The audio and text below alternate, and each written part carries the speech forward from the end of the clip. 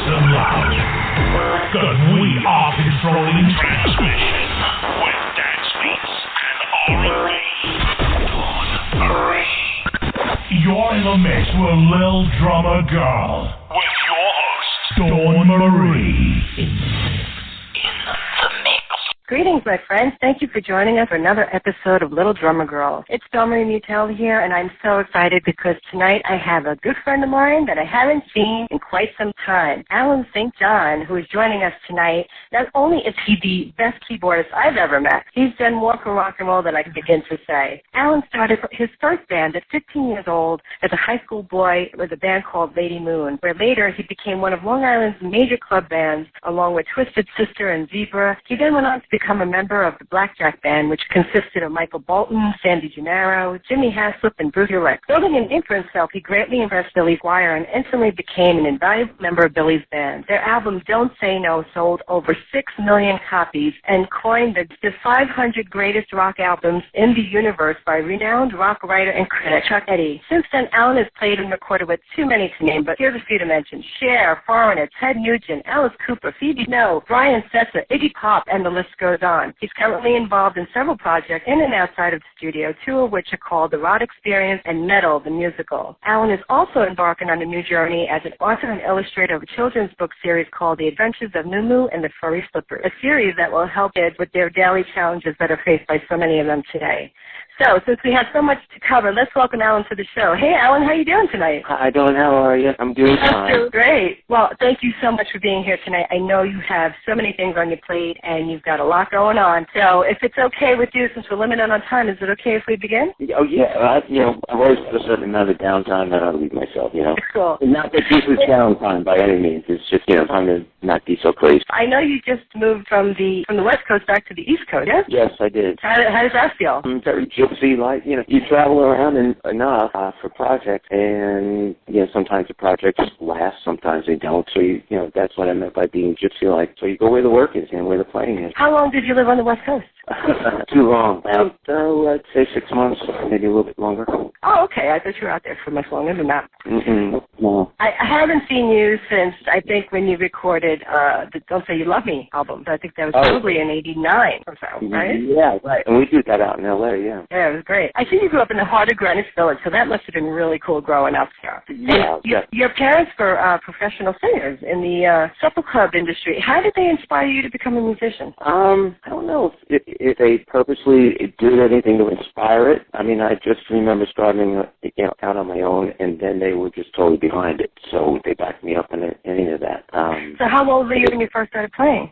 4. Oh, wow. Okay, that's really young. It wasn't a great playing, but but I started, figuring that stuff before. Well, that's pretty impressive. When you were in your first band, Lady Moon, how did you book your gigs and stuff? Because, here you are, a high school kid. How did you get gigs? Well, in those times, you were allowed to go to bars at a very early age, as opposed to now. And one of our band members was of the age and was able to book us in, and I would have to sneak in the back door, for these little bar gigs. And but by that time, in the Tri-State area, there were a bunch of clubs and bars to play, and you could walk out making a good living and drawing crowds. So after that, disco came in. Yes, disco. You had to sort of reinvent yourself, and fortunately enough for me, tours and I latched onto that. So there you go. Cool. How did you get Billy's attention? What was the break that got him in front of you to notice? Well, I would work with the bass player, Mark Clark, who's a phenomenal bass player. He's been with us on Billy's albums and tours quite some time before I met Billy, and I was on a road. I can't remember what it was. Maybe it might have been a Rex Smith. Oh, it was actually a Michael Bolton tour, the Blackjack tour. And I got back to New York, and I got a phone call from Mark Clark saying they were looking for a keyboard player for Billy's band. And I was living at that time right around the corner on 28th and 7th from the studio, the rehearsal studio. So I said, yeah, I can be there in a couple of minutes. And, long story short, ran into Billy in the hallway. He said, you want to come in? I said, yeah. And I met Bobby Chenard, my dearest buddy. God bless him. And went in, played a song and a half, and got off of the gate, and that was it from there on. So how old were you when you started playing with Billy? I'm going to say 20. Wow, that's young. Yeah, it definitely was. Maybe 2021, let's put it that way, because my daughter was born in 80, so yeah, I'd say 2021, and before for the first tour. I was thinking about your daughter. I said, oh my gosh, she must have went through college. Is she married now with children? Or no, what, my daughter? Yes. Yeah, she's 36. Oh wow, she's 36. Oh my god. Yeah. Yeah, last time I saw her, she was probably, I don't know, 9 or 10 years old or something. Yeah, I wish. Did you ever get nervous before going out there? Always. To calm down the jitters. Just that walk up onto the stage is fine. It used to be other things, but now it always makes you walk up on the stage and hear people, the lights go on, people applaud, and you got that energy enough. Yeah, that's true. So have you ever had any embarrassing moments on stage? If so, how did you get out of it? Here's what I still remember. Okay, and I hope you have enough time. I was playing out in Long Island. It was one of the last shows of a Squier tour, and we were playing it. I guess I can't remember. It was West Hampton. I forget the name of the venue. Sorry. Yeah, we did a great show. It was rainy. It was an outdoor show. And I happened to invite my mom and my dad there, so they were in the audience, so I felt really good about that. We got done with the show, and as I said, it was very rainy and wet. Now, the stage was on a raise, so you know what, in theaters there's a downstage, which is forward, and then the back is upstage. Anyway, we take our final bows downstage, and I proceeded to fall flat on my butt off the stage, which is about 8 feet up from where the audience was, and yeah, so got right back up, took my final bow again, and my dad never let me forget it. Well, at least you're amongst family that night, so that's always a good thing. Extra support. If they knew how to do any kind of internet stuff, then we'd be out there all over the place, trust me. It's funny that you mentioned Long Island, because I do remember going to one of your shows out there with the crew, and it was in West Hampton or something like that, and it was all the way out. I know it was pretty far out, and it was so much fun. It was a good show. I think it was at the LDG tour. I think that might have been the place when I fell off the stage. I don't remember that, though. Days that I missed it. I don't know. That's a good thing. That's wonderful. Not go backstage. There you go. What advice would you offer to those that might be looking to catch their big break in the business? Any words of wisdom? Any words of wisdom? Yeah, well, I've got a few of them. Please do tell. First and foremost, in my head, if it doesn't make you happy and you don't enjoy what you're doing, then you're not going to be the best at what you're doing. So if you want it that bad, then you're going to have to go to what it takes. Second word of advice, roll up first as much as you can. Hesitate on making a family until you know your career is right, because the music industry these days is just horrible and hard to break into. So if you're doing it yourself, fine. If you can avoid involving anybody else, family-wise or whatever, whoever you're bringing into this world, think twice. Very important. That's great advice. That's really great. I'm going to say one more thing about the music industry. It's great. When it's great, it's unbelievable. When it's up, it's up. So have a rubber bottom. And I always say, have a plan B, just so that you can get some money if there's any dry times, and you're not getting the flow. Plan B is good. I've never been one to have one, which is probably could be good or be bad, but I've made a lifetime out of it. But my fiance has always taught me, has been teaching me to have plan B, which makes sense, and it makes sense for kids growing up now with everything horrible going on this planet. They have to concentrate on what they really want to do. It's true. I remember my dad. I wanted to be a dancer on Broadway. That was my goal, and he would say, you need a plan B, you need a plan B, and it's just okay. And I was glad I did that, because when I got hit by the drunk driver and I couldn't dance professionally anymore, I thought, what am I going to do now? If I didn't take those typing classes in high school, I wouldn't have been able to get any job. Yeah, I get it completely. God, when I was growing up in the 60s, we didn't give a crap about plan Bs. We were going to change everything. We would just do everything the way you want to do. But you were successful, so that's amazing right there, because you did make it. Out of millions of people, you did make it. But I can count on one hand the people that have from my era, really. I look on Facebook at friends and fans and whatnot, and a lot of them don't even have jobs right now. So it's I consider myself very blessed, very lucky. I work my butt off for it, also. Absolutely. And I feel I do the best I can for any project I'm on. Speaking of, yeah, So tell me, how did you become a writer? How did you get involved in this project? I started this. We're speaking about the children's book, Moo Moo and the Furry Slippers. Yeah. It recently just got picked up by a publisher. I started writing it, coming up with the concept, maybe about almost 6 years ago. And I had these characters in my head. And actually, before that, let me back up. I did an instrumental record called Moo Moo and the Furry Slippers, and it's all instrumental. And I let that go out there, be out there for a while. So flash forward to coming up with the concept of a children's book. I locked myself up in my little workshop out in the barn and started painting. I'm a big watercolor fan. I went to art school and whatnot, but it's always been something I wanted to do.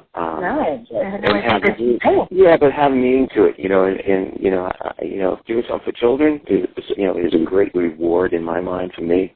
So I just started thinking along those lines. And the Moo Moo character came up, and now it went on to become sending a message to children out there that have voices that they have to make in long life. There's a two-way detour you have to do this, whether it comes down to bullying in school, drug usage, alcohol abusage, anything. And there's a lot out there today, especially with the way social media and the media has just blown up into this frenzy. And I'm like, what are they doing?